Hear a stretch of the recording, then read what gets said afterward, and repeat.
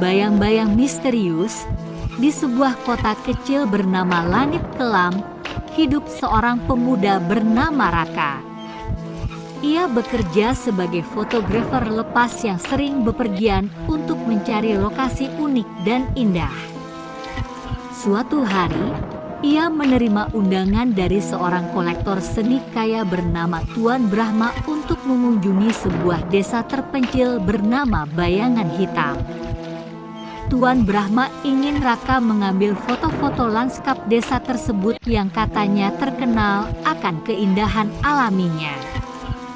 Namun, ada satu hal yang membuat Raka merasa heran.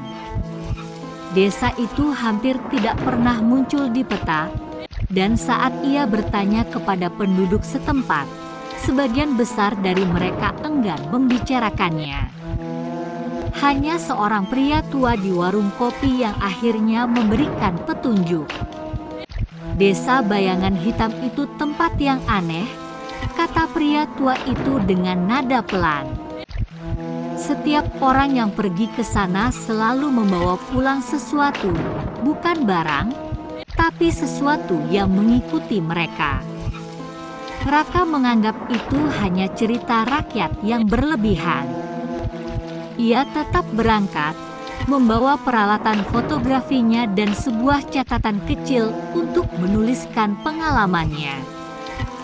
Perjalanan menuju desa itu melewati hutan lebat yang gelap meski di siang hari. Ketika Raka tiba, suasana desa terasa aneh.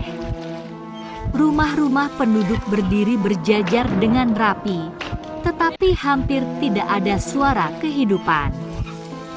Hanya beberapa orang yang terlihat berjalan cepat tanpa menyapa. Seorang wanita tua yang tinggal di rumah paling ujung menyambut Raka dengan tatapan penuh curiga.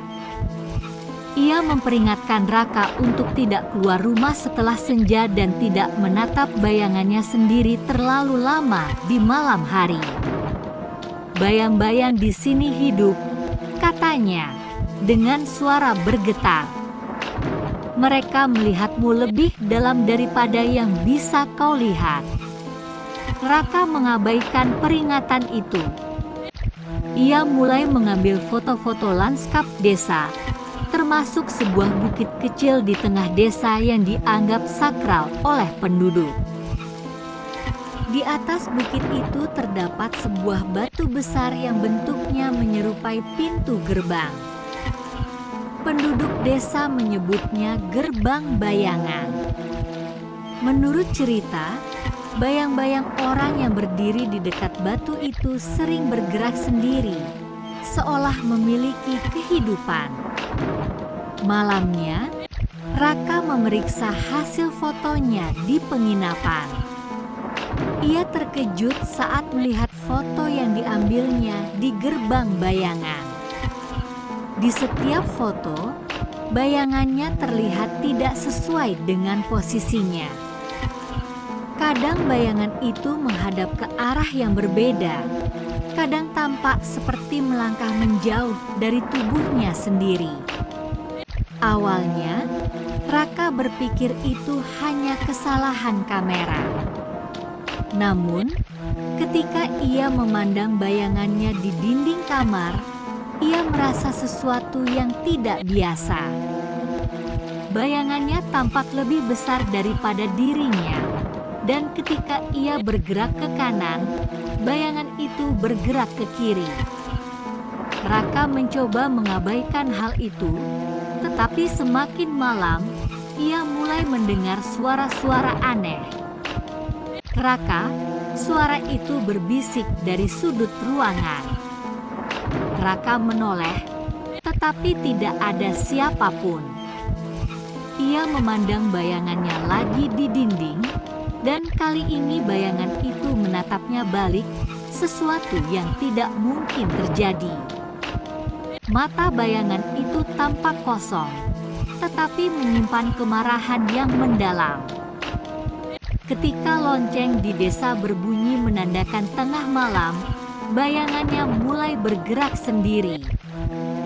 Raka mencoba menjauh dari dinding, tetapi bayangan itu muncul di lantai, di langit-langit, bahkan di cermin. "Jangan lari," suara itu berkata. Dengan panik, Raka berlari keluar dari penginapan menuju bukit. Ia berpikir jika ia kembali ke gerbang bayangan, mungkin ia bisa menghentikan apapun yang sedang terjadi. Namun, ketika ia tiba di sana, ia mendapati bayangan-bayangan lain sudah menunggunya. Mereka melingkar di sekitar batu besar, membentuk lingkaran gelap yang tampak berdenyut seperti makhluk hidup. Sebuah bayangan yang lebih besar muncul dari balik batu itu.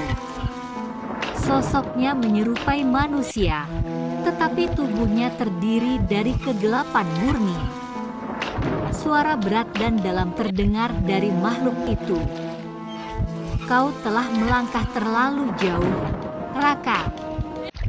Kami adalah yang tersembunyi di balik dunia ini, dan sekarang kau telah membuka pintu."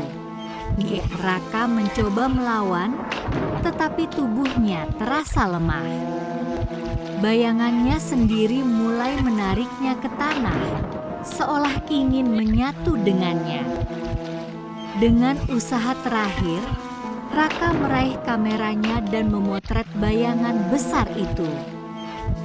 Kilatan cahaya dari kamera membuat bayangan itu mundur sejenak, memberikan Raka kesempatan untuk melarikan diri.